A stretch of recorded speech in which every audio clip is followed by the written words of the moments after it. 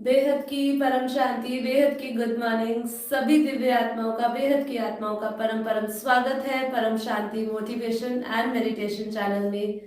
मैं साक्षी आप सभी का हार्दिक स्वागत करती हूँ हमारे डेली लाइव मेडिटेशन में 5:30 to 6:30 में। तो कैसे हैं आप सब? आशा करती हूँ आप सब अच्छे होंगे, बेहद के आनंद में होंगे, बेहद की खुशी में होंगे और बेहद की परम शांति में होंगे।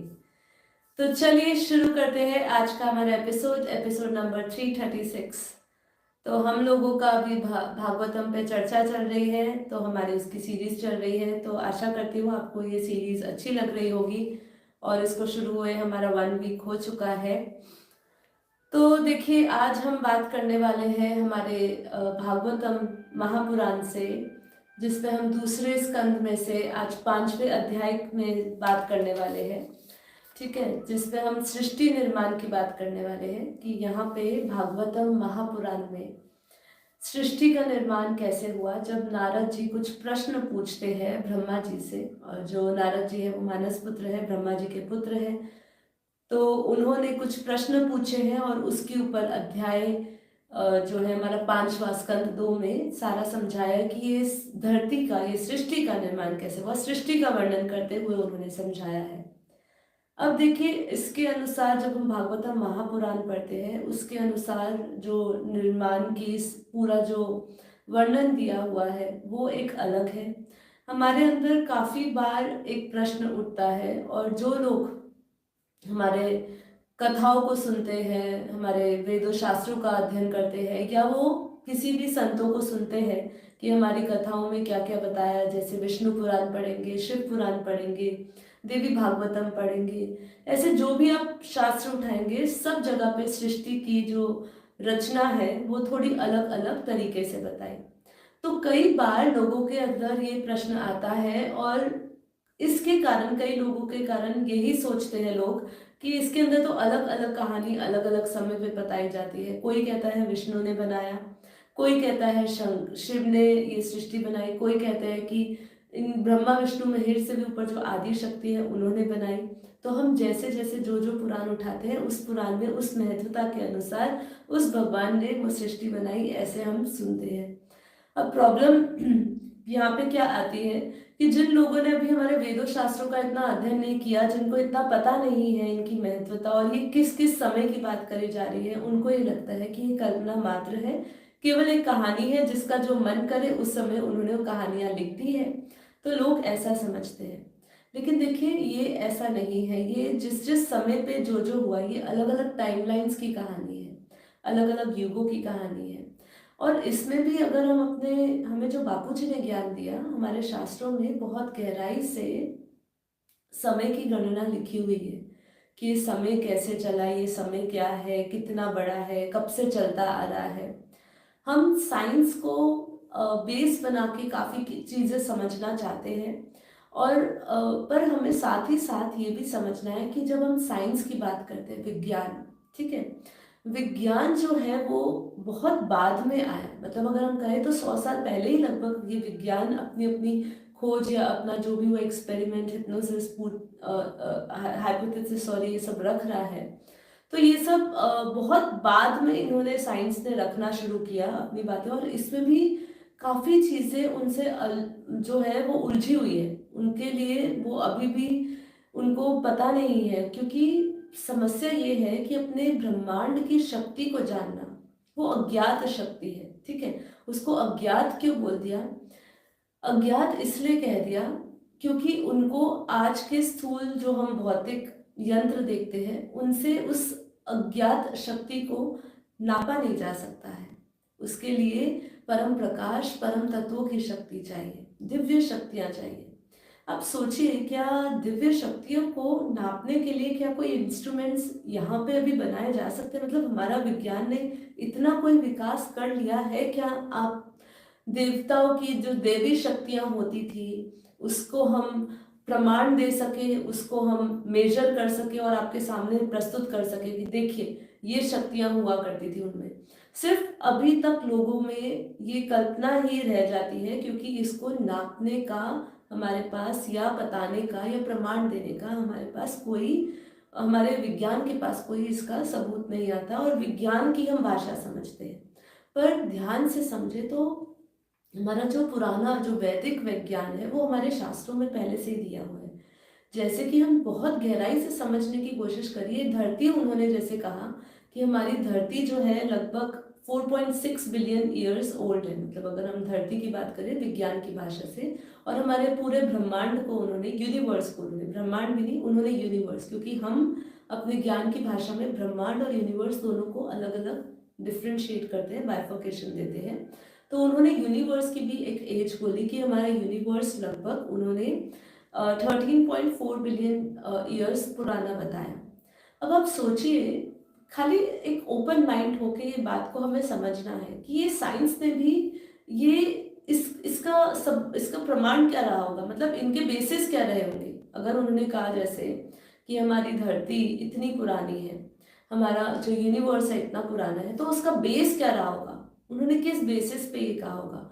तो उनका जहाँ पे बेस हुआ होगा उसकी भी क्रिएशन कभी ना कभी हुई होगी। अब समझने की कोशिश करिए ओपनली कि जिसको उन्होंने पकड़ के ये बात कही कि इतना पुराना है, और इसमें भी उनका अनुमान है, ये देखिए, क्योंकि इसमें भी इसका अनुमान इसलिए क्योंकि इससे पहले की जो दुनिया है उसकी भी क्रिएशन कभी ना कभी हुई होगी, जो उनके लिए अज्ञात है, अभी उनके लिए वो एक मिस्ट्री बनी हुई है, क्योंकि उससे ऊपर की एनर्जी तक वो अभी पहुंच नहीं पाए हैं। उनके उससे ऊपर की जो एनर्जी है, जो हायर डायमेंशंस की एनर्जी है, वहां तक वो नहीं पहुंच पाए हैं।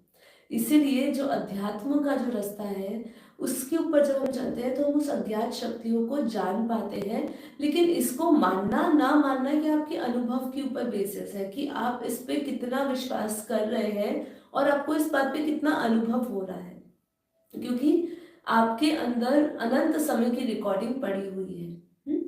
तो यहाँ पे मैं ये सब चीजें चर्चा क्यों कर रही हूँ, भागवतम में जो हमें सृष्टि के का वर्णन किया गया है, उसके निर्माण का जो प्रश्न उठा है, उसके ऊपर जो उन्होंने जवाब दिया है, ये हमारे भागवतम में कहा है। लेकिन अगर हम अपने बेहद के परम ज्ञान को समझे और इस सृष्टि की उत्पत्ति में ये मानव सृष्टि कब आई, अगर हम ये समझे, तो इसकी गणना अभी तक हमारे शास्त्रों में भी नहीं बताई गई। अलग अलग समय पे अलग अलग बताया, लेकिन बापू जी ने हमें समय की बात बताई कि ये समय है, ये समय अभी कौन सा चल रहा है। जैसे पूरे जो ये ब्रह्मांड का जो समय है, ये ब्रह्मांड का समय ब्रह्मा के 100 साल का होता है, जिसमें से 50 साल बीत चुके हैं। 50 साल का जो समय होता है ब्रह्मा की आयु का, उसको पहला परात कहते हैं। ये हमारे शास्त्रों में भी समझाया गया है।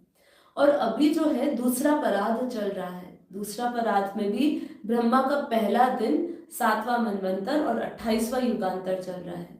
ठीक है, अब ये समय बता दिया गया है। अब ब्रह्मा के अगर पहले दिन की कैलकुलेशन करने जाए तो 1000 चतुर्युग बीत जाते हैं, जिसको एक मनवंतर कहा। देखिए, ये चीज मैं आपको बेसिस आज इसलिए समझा रही हूँ, हमें समझना है कि ये तो सिर्फ एक समय की बात करी होगी। जब भागवतम में जब सृष्टि की वर्णन की बात करी है, ये एक समय की बात करी होगी। ऐसे अलग अलग टाइमलाइंस में अलग अलग चीजें हुई है घटित, कोई कल्पना नहीं है। लेकिन उस समय अलग अलग शक्तियों को, या अलग अलग शिव या विष्णु या ब्रह्मा, सबको अलग अलग निमित्त बनाया गया क्रिएशन के लिए। तो अगर हम ओवरऑल क्रिएशन को समझे तो ये क्रिएशन जो है, इसका जो फैक्ट है वो बहुत ही अलग है।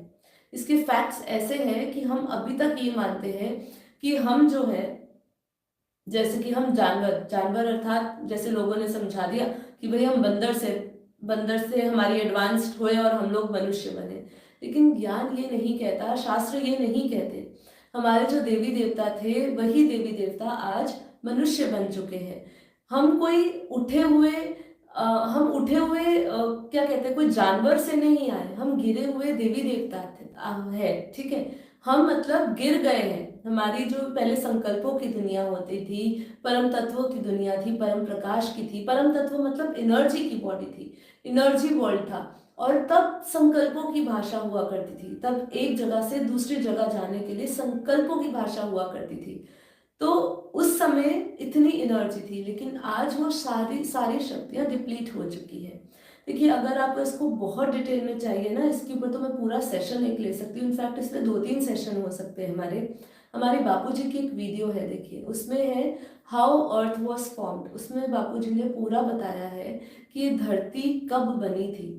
ये धरती को अगर हम ब्रह्मा की समय से गिनना शुरू करें तो जैसे मैंने समझाया कि ये दूसरा परार्ध चल रहा है। अब तक अगर हम समय की बात करें, देखिए यहाँ पे कि एक दिन, मैंने जैसे आपको कहा 1000 चतुर्युग, 1000 चतुर्युग मतलब एक मनवंतर।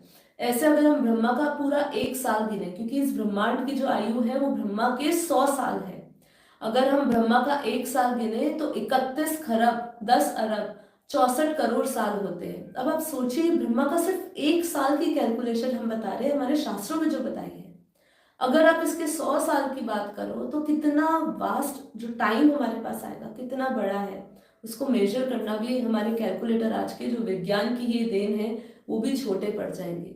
तो आप सोचिए, इस धरती का, इस ब्रह्मांड का समय गिनना कितना मुश्किल है। साथ ही साथ हमें बापूजी ने जैसे बताया कि धरती तो पहले थी ही नहीं। ये धरती बनी ब्रह्मा के जब लगभग 10 साल बीत गए। ब्रह्मा के, हाँ, यहाँ धरती के नहीं कह रही, ब्रह्मा के जब 10 साल बीत गए होंगे लगभग, तब जाके धरती बनी। ठीक है, धरती से पहले भी धरती की जरूरत क्या पड़ी उस वीडियो में बापूजी ने ये भी बताया है। सूर्य कब बना, पहले सूर्य भी नहीं था। ये जो हम सूर्य देख रहे हैं, जो हमें आज रोशनी दे रहा है, प्रकाश दे रहा है, अपनी एनर्जी दे रहा है, वो नहीं था पहले। पहले हम खुद ही प्रकाशमान थे। तो ये जो ज्ञान है, ये ज्ञान विज्ञान से भी श्रेष्ठ है। अब इसको समझने के लिए आपको कौन सी बुद्धि, कौन सी आंखें चाहिए, बताइए। क्या आप यहाँ के अपने यंत्रों से, तंत्रों से, जो हमारे पास साइंस दे रही है, क्या उससे आप ये दिव्य दृष्टि से ये दिव्य दुनिया को देख सकते हो? नामुमकिन है, नामुमकिन है। और आज नहीं, कई आने वाले समय तक ये नहीं देख पाएंगे। उनके लिए कुछ ना कुछ एक पॉइंट तक रहस्यमय रह ही जाएगा सब कुछ, क्योंकि वो प्रकाश की दुनिया है। वो प्रकाश की दुनिया को हम इन आंखों से नहीं देख सकते। उसके लिए हमें दिव्य दृष्टि चाहिए, दिव्य शरीर चाहिए, दिव्य बुद्धि चाहिए। ठीक है, और हमारा ही पहले दिव्य शरीर था, वही देवी देवता कैसे धरती पे आ गए, वो पूरी चीज बापूजी ने अपनी वीडियो में बोली है।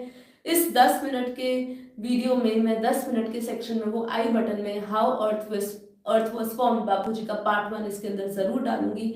आप उसको देखिए। हमारे बेहद के परम ज्ञान के कोर्स में भी हमने वो समझाया है।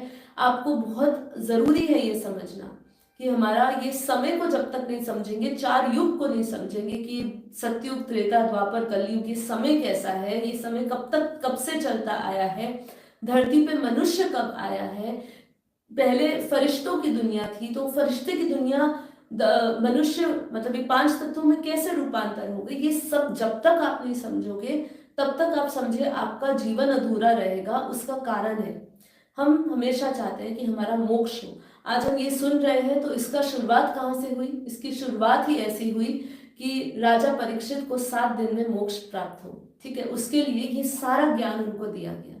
ठीक है, तो अगर ये चीज तो क्लैरिटी है कि आपको पूरी सृष्टि की रचना का ज्ञान होना चाहिए, जिससे कि आपको पता चले कि मैं ये 5 तत्वों में कैसे आ गया, जिससे आप बैक टू सोर्स की जब बैक जर्नी, रिटर्न जर्नी करोगे सोल की, तो आपके पास जब तक ज्ञान नहीं होगा तो रिटर्न कहाँ होना है, कहाँ जाना है? या स्वर्ग लोक तक जाना है, तप लोक तक जाना है, इस ब्रह्मांड के परम धाम में भटकना है, या इस धरती के 200 किलोमीटर या 2 किलोमीटर के दायरे में ही भटकते रहेंगे। तो ज्ञान जो है, इस पूरी क्रिएशन का ज्ञान होना बहुत बहुत जरूरी है। ये चीज मैं स्टार्टिंग में ही आपको इसीलिए समझा रही हूँ क्योंकि जब हम भागवतम पढ़ने वाले हैं, भागवतम महापुराण, उसमें सृष्टि का जो निर्माण की बात करिए, वो एक ही छोटे से एक समय काल की बात करी हुई है। उसके अंदर किस तरीके से करा है वो हम बात करेंगे, लेकिन इससे कई अधिक ज्ञान है जो हमारे शास्त्रों में भी नहीं कहीं कहीं समझाएगा, क्योंकि वहाँ गणना तो बता दी लेकिन उनके पास भी वर्णन नहीं आया। तो देखिए, ये है अज्ञात ज्ञान, दिव्य ज्ञान और परम ज्ञान। ठीक है, तो इस परम ज्ञान को सुनने के लिए परम बुद्धि चाहिए, परम मन चाहिए, शुद्ध मन चाहिए। मन को शुद्ध करने के लिए योग करिए। तो मेरे साथ चलिए, शुरू करते हैं अब योग, और उसके बाद हम इस चर्चा को आगे बढ़ाएंगे। तो जाइएगा मत, ये भागवतम महापुराण को हम शुरू करेंगे। नारद जी के कुछ प्रश्नों